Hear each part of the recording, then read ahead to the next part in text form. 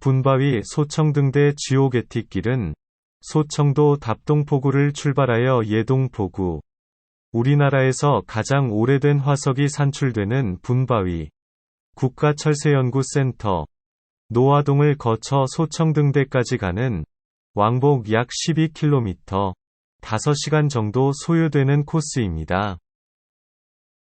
소청도의 여객선이 닿는 답동포구 해안에는 시루떡을 세워놓은 것 같은 지층이 한쪽으로 기울어져 있는 모양을 볼 수 있습니다. 이 지역은 암회색 이암과 적자색 이암 및 셰일 등이 반복적으로 퇴적된 퇴적암 지층을 이루는데, 이들이 커다란 지각변동을 받아 수직으로 세워졌기 때문에 이러한 형태를 보이고 있습니다. 간조대 답동포구 북쪽 해안에는 많은 자갈로 구성된 해식대지가 노출됩니다. 이 지역의 자갈 배열을 자세히 살펴보면 파도의 마찰을 가장 작게 받는 방향으로 쌓여 있습니다.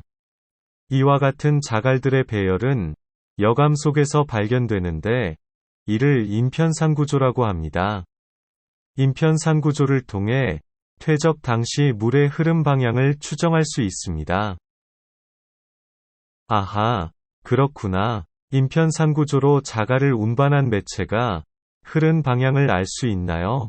경기도 연천군 청산면 한탄강변에 노출된 101층은 전곡 현무암 바로 아래에 놓여있는 미고결 하천 여감층입니다.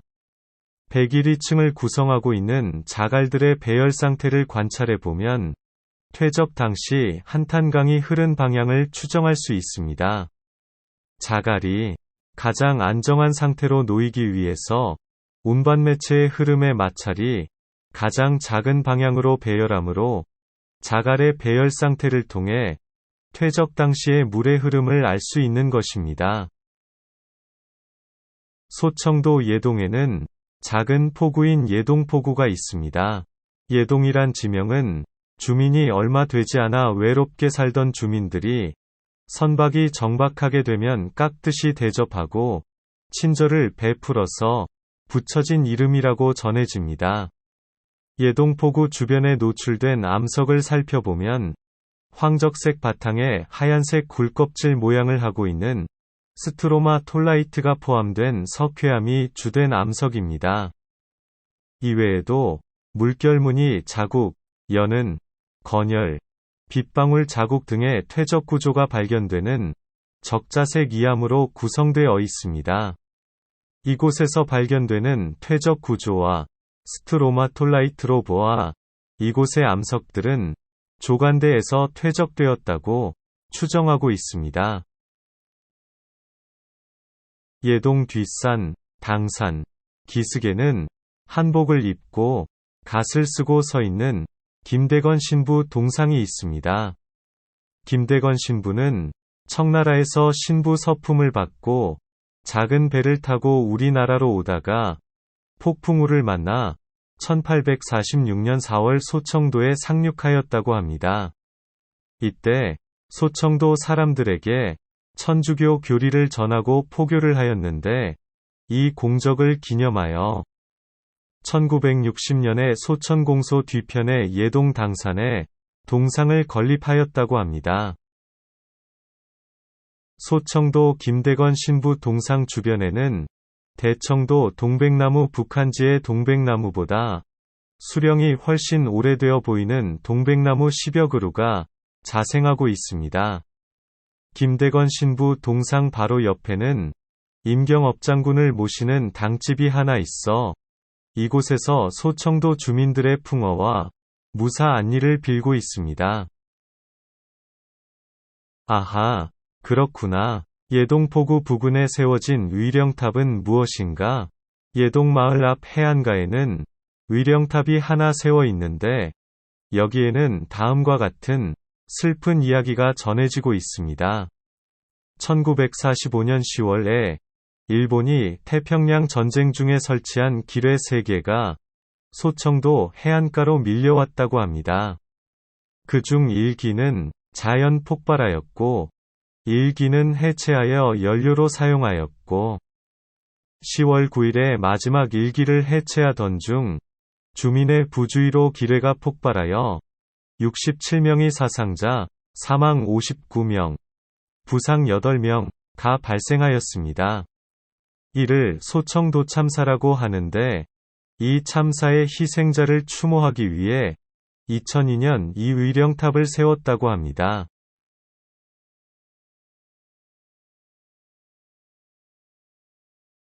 우리나라 최고령 화석이 산출되는 분바위.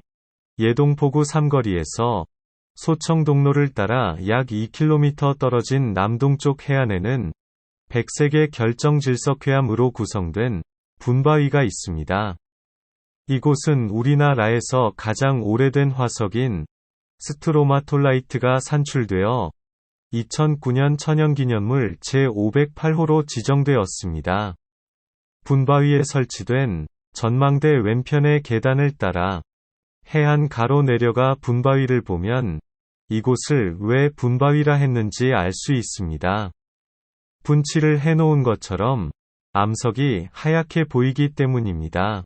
등대가 없던 시절 밤에 바다에서 조업하다 분바위를 보면 하얀 바위에 반사된 달빛이 긴 띠처럼 보인다고 하여 월띠라고 부르기도 합니다. 분바위 전망대 오른편에 오솔길을 따라 서쪽 해안가로 내려가면 소청도에서 스트로마톨라이트 화석이 가장 양호하게 산출되는 해안인 어럭금에 도착합니다. 스트로마톨라이트가 산출되는 석회암이 적자색 세일, 청색 세일, 백색 사암층 사이에 렌즈상 형태로 10여 개층이 존재합니다. 스트로마톨라이트는 단세포 원시생물인 남조류 시아노박테리아가 광합성으로 분비한 끈적끈적한 석회 성분에 작은 퇴적물이 겹겹이 쌓여 형성된 유기적 퇴적 구조입니다. 소청도에서 산출되는 스트로마톨라이트는 후기 원생대 약 8에서 10억 년 전의 조간대 환경에서 살았던 남조류가 만든 것으로 소청도 주민들은 굴껍질과 비슷하게 보인다고 하여 굴딱지 암석이라고 부릅니다. 스트로마톨라이트는 지구상에 최초로 산소를 만들어내어 생명체의 진화에 매우 큰 역할을 하였습니다.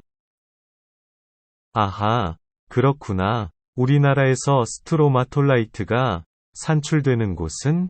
우리나라에서 스트로마톨라이트 화석은 성칸브리아 시대, 고생대, 중생대 지층에서 산출됩니다.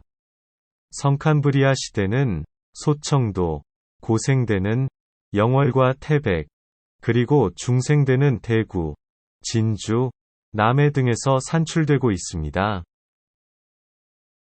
아하, 그렇구나. 스트로마톨라이트는 어떻게 만들어질까요? 스트로마톨라이트란 남조류, 시아노박테리아가 만든 생물기원의 퇴적 구조로 어원은 그리스어로 스트로마, 메트레스, 베드, 스트라텀,와 리토스, 락스의 합성어로 층상바위라는 뜻을 가지고 있습니다.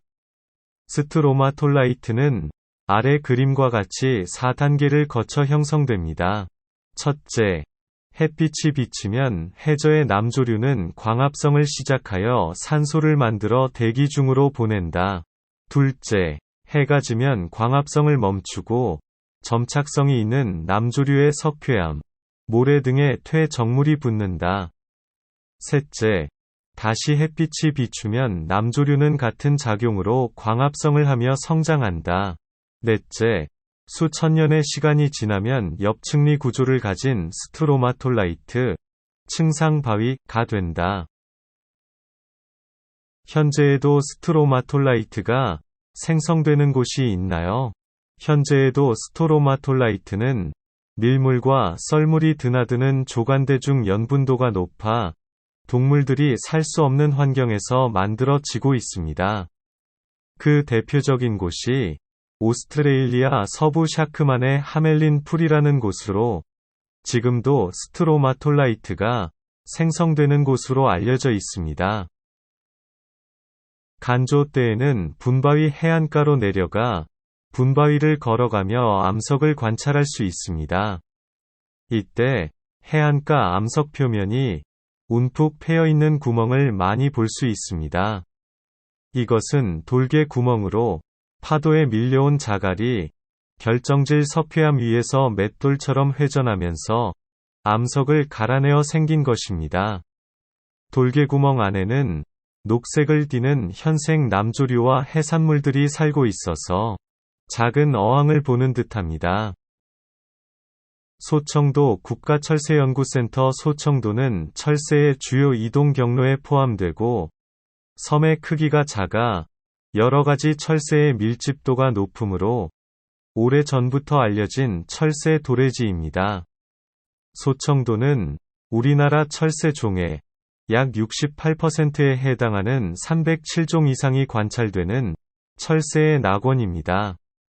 그래서 2019년 초에 국가철새연구센터를 개관하여 운영하고 있습니다. 그렇구나. 소청도에서는 어떤 철새들이 관찰되나요?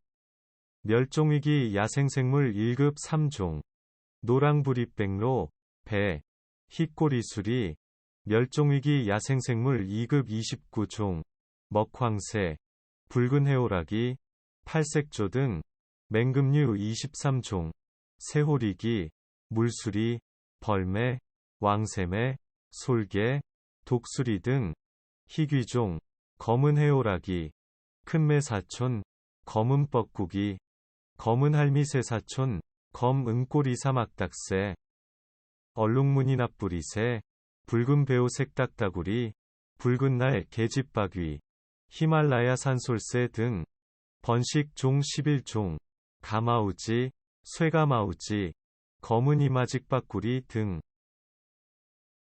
해상에서 바라본 노화동 원경. 노화란 이름은 예로부터 갈대가 꽃처럼 흐드러지게 피었다고 해서 갈대, 노자, 그리고 꽃, 화자를 쓴 데에서 유래했습니다. 노화동 마을의 옹벽에는 소청도의 역사와 관광 명소를 소개하는 벽화가 그려져 있습니다.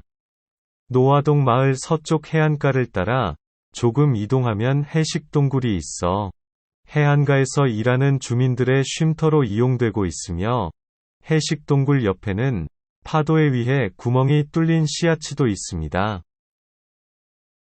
100년 이상 불빛이 꺼지지 않는 소청등대. 답동포구에서 소청서로를 따라 3km 정도 걸으면 소청도 남서쪽 해안 구릉에 소청등대가 있습니다. 소청등대는 1908년에 불을 밝힌 우리나라의 13번째 등대입니다. 소청도에 일찍이 등대를 설치한 이유는 소청도가 서해오 도는 물론 중국 산둥반도와 만주를 항해하는 길목이며 소청도와 대청도가 서해안 최대의 황금 어장이었기 때문입니다. 대청도 선진포항은 동양포경 주식회사가 포경사업 기지를 만들 정도로 고래잡이가 활발했으므로 포경선이 산둥반도 인근 해상까지 출항하여 고래를 잡기 위해서는 대청도와 소청도의 위치를 알리는 표식이 필요했으므로 소청도에 등대를 설치한 것입니다. 등대지기가 지키는 유인등대인 소청등대는 답동포구에서 걸어서 1시간 정도 소요되는데 현재의 소청등대는 2006년에 등대 전시관과 함께 새로 지은 것으로 방문객을 위한 안내소와 전망대도 마련되어 있습니다. 소청등대 전망대에 오르면 남동쪽으로는 분바위, 북쪽으로는 대청도와 백령도, 멀리 북동쪽으로는 북한의 웅진반도가 보입니다. 아하, 그렇구나. 등대의 종류에는 어떤 것이 있나요? 등대는 일반적으로 유인등대, 무인등대, 등주, 등표, 등부표로 구분합니다. 등대와 관련된 용어를 알아볼까요? 1. 유인등대. 등대원이 상주하는 등대로서 팔미도, 소청도, 선미도, 부도등대 등이 있습니다. 2. 무인등대. 무인 원격 조정을 통하여 관리하는 등대. 3. 등주. 항구에 들어오는 방파제 끝에 있는 기둥으로 바다에서 항구 쪽을 바라볼 때 오른쪽은 붉은색, 왼쪽은 흰색으로 표시합니다. 4. 등표. 암초 위에 설치한 등대를 뜻합니다. 5. 등부표. 수심이 얕은 곳이나 암초가 있는 바다에 설치한 일종의 유도등으로 간조, 만조의 수위 차이로 약간의 높이 차이가 있습니다.